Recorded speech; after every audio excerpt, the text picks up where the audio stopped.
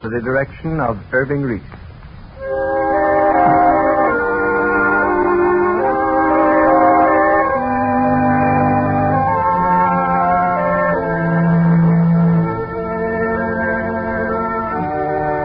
Happy Prince by Oscar Wilde.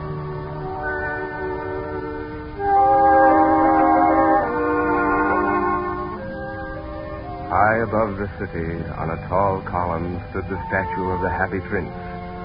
He was gilded all over with leaves of fine gold. For eyes, he had 2 bright sapphires, and a bright red ruby glowed in his sword hilt. In the winter, the Happy Prince was alone. But in the summer, he was much admired by everyone who came to the public square. How high do you think the statue is, my child? I do not know, Master. Ever so high. Ever so high. That is not very precise. If I gave you his circumference, could you compute the distance from the tip of his nose to the hilt of his sword? I do not think I could, Master. But he looks just like an angel. A golden angel. How do you know? Have you ever seen one? Yes, Master. In my dreams. In my dreams. You will grow up to be very dull. There is no exactitude in dreams. And I do not approve of children's dreaming. I do not approve at all. Who is he, Father? Why, the Happy Prince, my boy. Happy Prince? Who was the Happy Prince? Did you not read about him in your storybook? He lived in the palace of Sanssouci, where sorrow was not allowed to enter. That must have been a strange and wonderful palace. It was more magnificent than any in the world. And what did the Happy Prince do there all day long? All day long, my boy, he played with his companions in the garden. And in the evening, he led the dance in the great hall. And did he stay in the palace always? Always. You see, round the garden ran a very lofty wall, and the prince never cared to ask what lay beyond it. Why not? Because everything around him in the palace was so beautiful, and he was so happy. And what happened to him? Why, nothing happened to him, my son. Nothing. Except that he tasted all pleasures and never wept. Did he never weep at all, Father? He never shed so much as a single tear. And that is why the courtiers called him the Happy Prince. For indeed, happy he was. Yes, Mr. Mayor. He is beautiful as a weathercock. But not quite so useful. That is true, Mr. Mayor. He is not quite as useful as a weathercock. I am a practical man also. He will reign over the marketplace for many generations, and visitors from far-off lands will say, what a happy town that can boast a statue like the Happy Prince. Yes, and they will also say, what a sensible town council, and what a wise mayor. Oh, thank you. They might say those very words.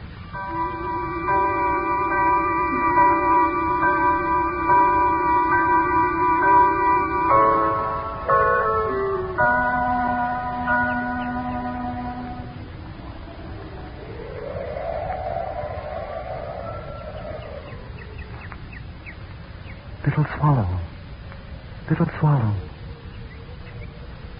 little swallow, light on my shoulder for a moment. I am the Happy Prince, and I want to talk to you. Little swallow, I have often watched you fly down to the river and swoop low amongst the reeds. You love one of them, and that is why you linger in this cold town amid the winter snow, instead of joining your brothers in Egypt. But your reed was fickle, wasn't she? She would not go away with you. And so tomorrow you start for the land of summer. But first, will you do me a small favor? A small service? They have set me high above the town, little swallow. And I, the Happy Prince, who never wept in life, in death, weep for the ugliness and misery that he sees all about him. My heart is made of lead, and yet I cannot help but weep, because I see far away in a poor little house, in a mean street, a mother who stitches by candlelight, and on a straw pallet by her side, her little son is wasting away with fever, Pluck the ruby from the hilt of my sword, little swallow, and take it to her as fast as you can. And then come back and tell me about her.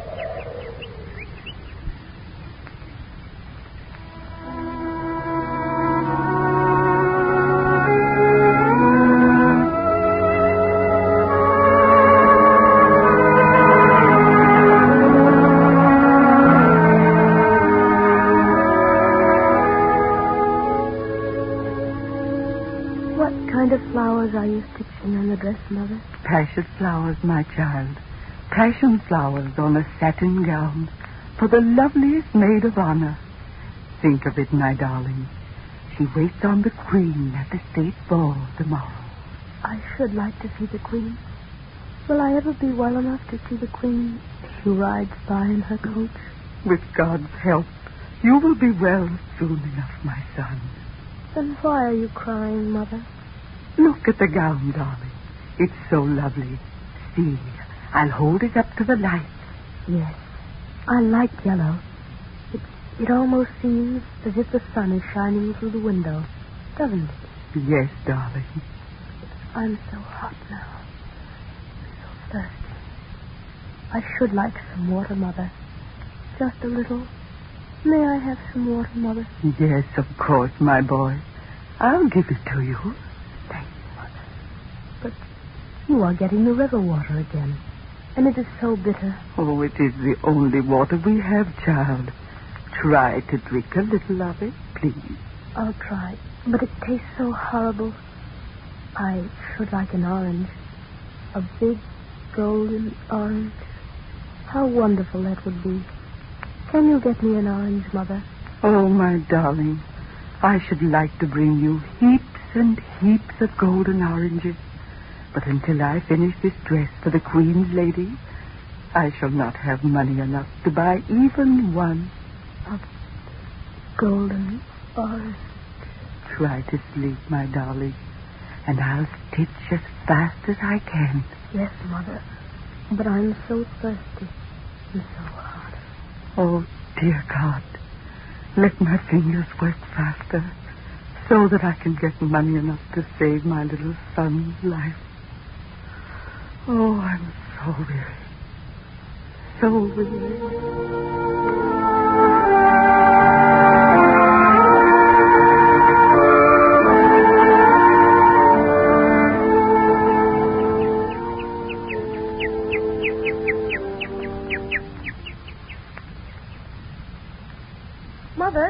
Mother, wake up. Oh, what's the matter? Heavens, I fell asleep, and the gown not half finished. Oh, what will the Queen's lady say? I slept a little, Mother, and now I'm quite cool. Let me feel your forehead, darling. Why, yes, your fever's going down. Oh, thank you, dear God. My son will get well soon. I'm not very ill now, am I? Sleep again, child. And while you do, my fingers will work like lightning. The dress will not take long now. Why? What is this on the table? What have you found, Mother? This must be a ruby. I have seen them in the shop windows. A ruby? A real ruby? Where did it come from? Why, I haven't any idea. Perhaps someone at the palace heard of my trouble and sent this ruby to help me. Yes, that must be it. There are some good people in the world, my son. Good people. And they put it on the table while I slept and didn't even wait for me to wake and thank them. Will I be able to have an orange then, Mother? Yes, my darling. I shall buy you as many oranges as you can eat and a lot of other good things besides. And soon you'll be out of bed and playing in the sunshine again.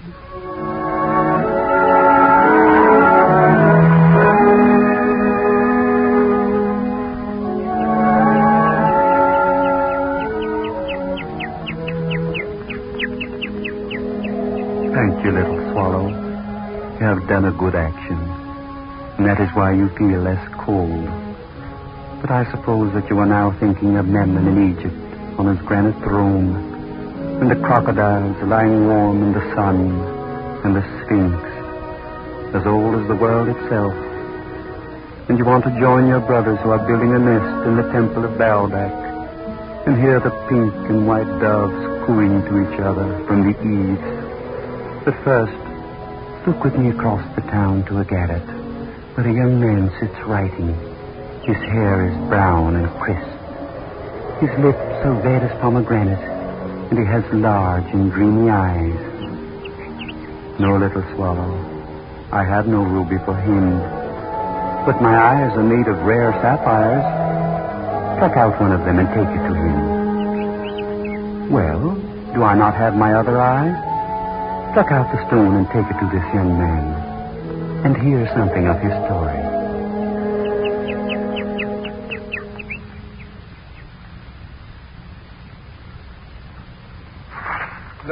No, how stale it all is.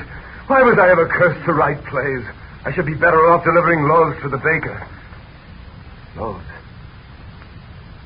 of bread. Fragrant and spongy. How hungry I am. And when shall I be able to buy another meal? Or build a fire in the grate? Or wear a fine coat? Or even mend the holes in the roof to keep this biting wind out? Yes. Only the birds make their home with me. How sick of it all I am, and vain, perhaps, to think I can write. I'll give it up, I think. Yes, little bird, I shall stop this fool's task and work with my hands, and then I shall be warm. Why, this is remarkable. A swallow. Yes, a swallow. And what are you doing in this cold town, little swallow? If I were you, I should be in Egypt, where the sun is warm on the great palm trees, and where the yellow lions come down to the edge of the river Nile to drink. They'd have eyes like green beryls. Green beryls. Why, what is this? A piece of glass that the swallow has brought in his beak? No, it's a sapphire. A beautiful, glowing sapphire. What providence sent that bird in here? I shall buy food. I shall throw away these rags. I shall be warm. And my play. Oh, you wonderful swallow. I shall finish it. I shall finish my play.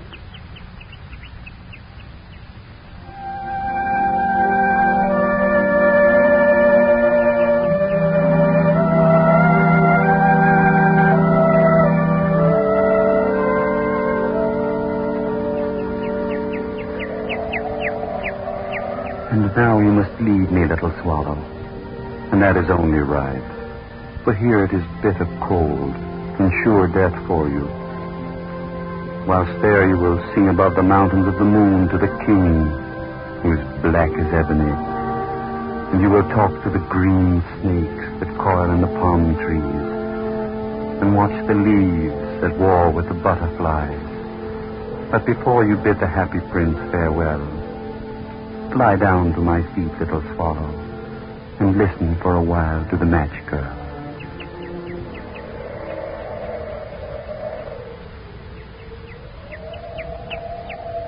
Poor little swallow. I wonder if you're as cold as I am. I don't think you are. You fly away to a warm land. I should like to be warm. I should like to take all these matches and build a fire. Big blazing fire. But my father would beat me if I went home with even a single box unsold. You are flying away. Goodbye, swallow. Perhaps you are going to a land where the sun shines after all. Little swallow, pluck out my other eye and give it to the match girl down there. She has neither shoes nor stockings, and her little head is bare. You must do as I bid you, little swallow. It does not matter if you make me blind. I have seen enough of joy with that poor little girl down there. Pluck the sapphire and drop it before her. She will take it home, and her father will not beat her. You must do as I say, little swallow, or I shall be very unhappy. No, you will not hurt me. Take the stone down to the little match girl.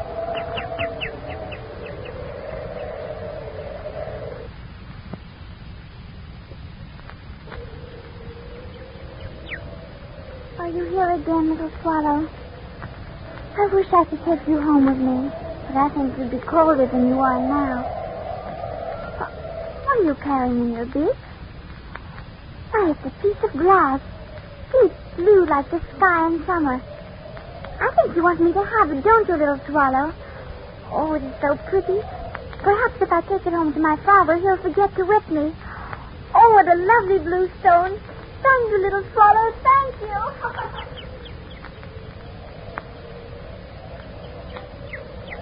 She was laughing, little swallow, wasn't she?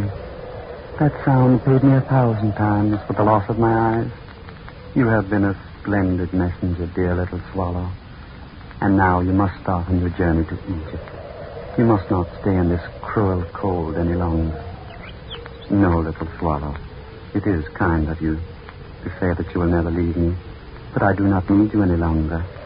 And so fly away to your brothers in Egypt, for I have heard you sigh for the scent of the lotus flowers, and I know that you miss your sleep in the tomb of the great kings. So go with my blessing for all the help you have given me. Do you really mean what you say, little swallow? Or are you speaking out of kindness to me? Yes, you could be my eyes by day, and at night you could sleep at my feet. Well then, little swallow, fly over the city. Fly swiftly, but miss nothing. Tell me of the misery and want you find there. I have a plan to lessen some of it. Go, little swallow. Return soon and tell me what you have seen.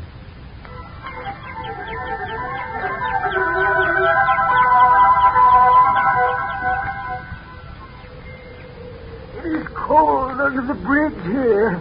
There are no doors to shut out the wind. Even if we shut out the wind, we could not shut out our hunger. I wandered near the meat shops today. There were succulent sides of beef. There was mutton and sweetbreads and kidneys. And then I went past the baker's house. His oven smelled sweet. I asked for a loaf. He gave me a kick. Why do you talk of all this? It will not make us less hungry. No, nor more so. That is true. Hunger and cold and the lack of bed are one to us. We are beggars. The poor can spare nothing, and the rich are stingy. I wandered near the fruit merchants. There were bunches of glistening grapes. There were melons and bananas from hot countries. There were figs and dates.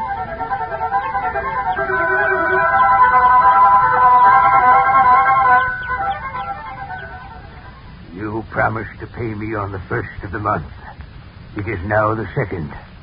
And still you don't have the money. I shall have it for you next week. I speak truly. My husband will be very busy at his bench. He is a good workman, and we shall be able to pay you with all the interest. Next week is not this week.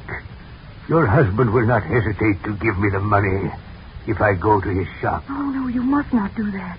Do not do that, I pray you. He must never know that I borrowed money from you. Oh, why? Or why, pretty lady? You know that it was for my brother who was in trouble. Yes, of course, sweet lady. For a brother who was in trouble.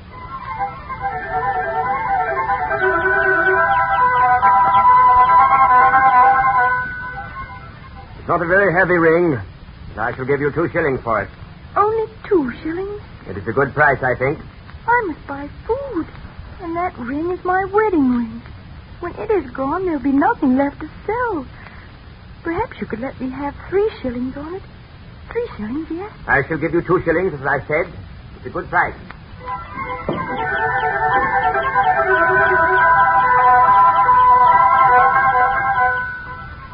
It is good to have a fire tonight. There are many without a fire tonight.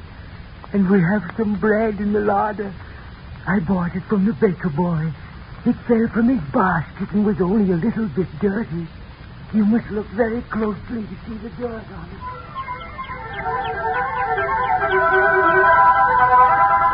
Give me food, and I shall eat forever. To wear that coat for just one day. But it was all fire. I cannot afford drugs, Doctor, to ease the pain. We could not find any wood for a fire, Mother. The bills must be paid somehow. We could move to a smaller room. She was beautiful, and now she's haggard. We've always gone ragged, it He seems. spends all his time in the tavern now. The winter fevers will get us sooner or later. Her husband's dead, and she is helpless. Coal is not for the poor. I had meat once. How shall we live through the winter? What is our life to us? My children send faces and knives in my heart. Huddle close together. We may be warmer. We are hungry. We are cold. We are in pain. We are ill. We are dying. Hope has left us. And manly pride. And honor. We are hungry. We're starving. Why do we live? We are hungry. We are homeless. We are in pain. We are weary. Hungry.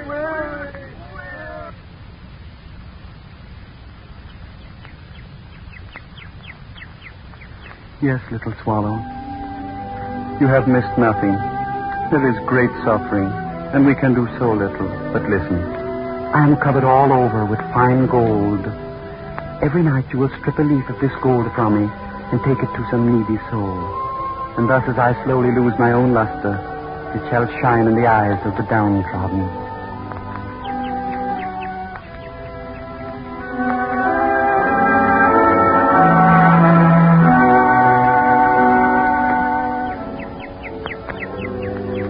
All done, little swallow, all done. I have not even one speck of my former brightness left. I was once so proud, a happy prince. And now I must be a pitiable sight. I heard the mayor talking about me this morning, and I know that he will soon have me pulled down. I am not sorry, but you, faithful little swallow, who will never again see the sun blood red on the pyramid, or hear the river horse in the reeds by the sleepy river. You I love, and I am sad to see you going to the house of death. And yet, death is only the brother of sleep, is he not? And I am tired. So wait a moment, and I shall come with you. Dear, dear little swallow, we shall be together.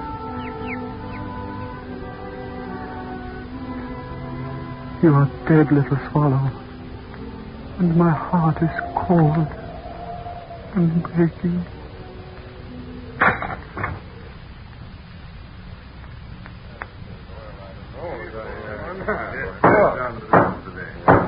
I have called you together, gentlemen, to discuss a matter that concerns the pride of the town.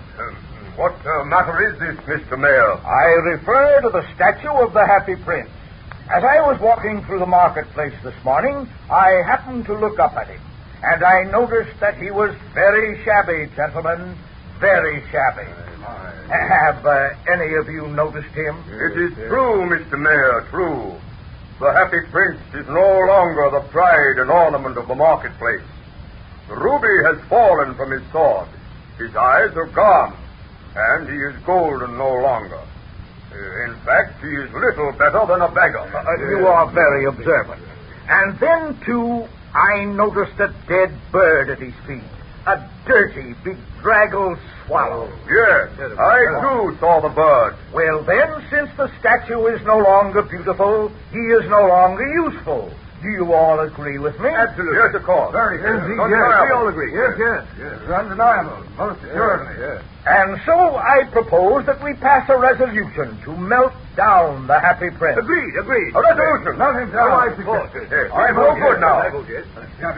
And when he is removed from his pedestal, I propose that we erect a substitute. Yes, substitute. Yes. A substitute not unworthy, I trust, of the place the Happy Prince once held in our hearts. Good idea. A happy plan. By all means, very thing. How right he is. And not unworthy substitute. And this substitute, Mr. Mayor, shall be... Well, my friends and advisors, What could be more fitting than a statue of myself? Himself? A statue of himself? Why, that is monstrous. The statue should be of me. No, I should have the statue. I have been longest in council here. The people would wish me on a pedestal and no one else. If we must have a statue, I am best fitted to be the subject. I have a broad brow. I comport myself with dignity. I should look well in bronze. Let it be a man of action like myself, perhaps on a horse. They will erect my statue sooner or later. Now is a fine opportunity. I have given most to the treasury. They could repay me with dishonor. Oh, let it be a young man like myself with a bit of swagger. As the mayor, the honor should be mine alone. But I have a new coat. The statue would look well in a new coat. I have been told that I greatly resemble the Happy Prince. How they boast of their miserable shortcomings.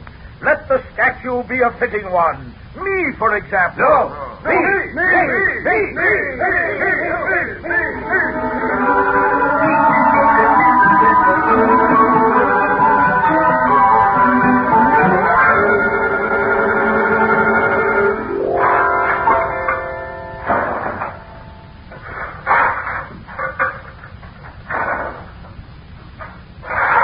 What is the matter with you? You peer into the furnace as though you see demons inside. Well, come here. Have a look for yourself. Do you see anything? Any metal? Yes. Piece of lead, that's all. At least it looks like lead. Because if it were, it would have melted long ago. It is lead. Watch. I'll lift it out of the furnace. Here it is, on the tongs. Do you notice that it hasn't even changed color? Why, it is shaped like a heart. It is a heart. The heart of the Happy Prince. You mean the statue that was pulled down in the marketplace? That's the one. They brought it in this morning, shabby and cracked open as though it had burst. The jewels from the eyes and the sword were gone, plucked out by crows probably, and the gold coat was rotted off by the wind and the rain. I melted him down, except for the heart, which will not melt at all. Yes, there must be a great deal of stone in it. But throw it onto the rubbish pile over there. Oh, wait. Is that a bird? A swallow? Yes, but it is dead. When they brought in the statue, the swallow was lying dead at his feet. Well, I should have thought it still too cold for the swallows to come home. I, too. But perhaps it is a sign of an early spring. Well, throw the heart beside the swallow. Let us go on with our work. Very well. It's done. Yeah. The heart and the swallow. They put me in mind of something. Put you in mind of what? Let me think a moment. Yes, I remember. It was at the play the other evening. The overseer gave me a ticket. It was by a young playwright, and I couldn't understand it. For the lines seemed silly. Silly? Why silly? Well, the last scene was in heaven. And God looked over our town and said to one of his angels, "Bring me back the two most precious things you can find in the town." And what did the angel bring? He brought a leaden heart and a dead bird. And God said, "You have rightly chosen, for in my garden of paradise this little bird shall sing forevermore, and the Happy Prince shall praise me."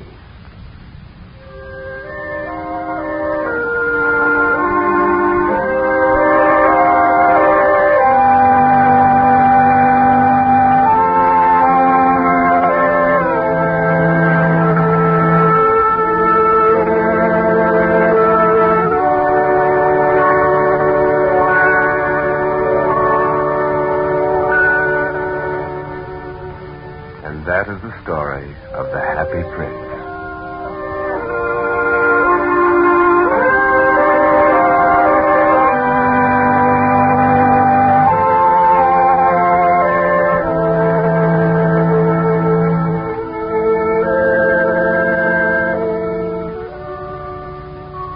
Tune in next week at the same time for another presentation of the Columbia Workshop.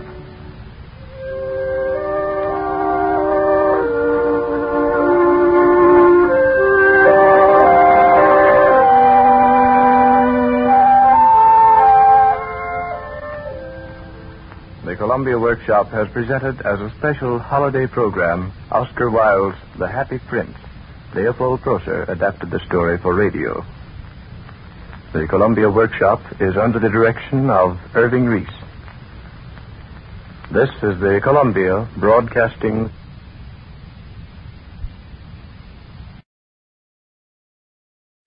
This is the Columbia Broadcasting.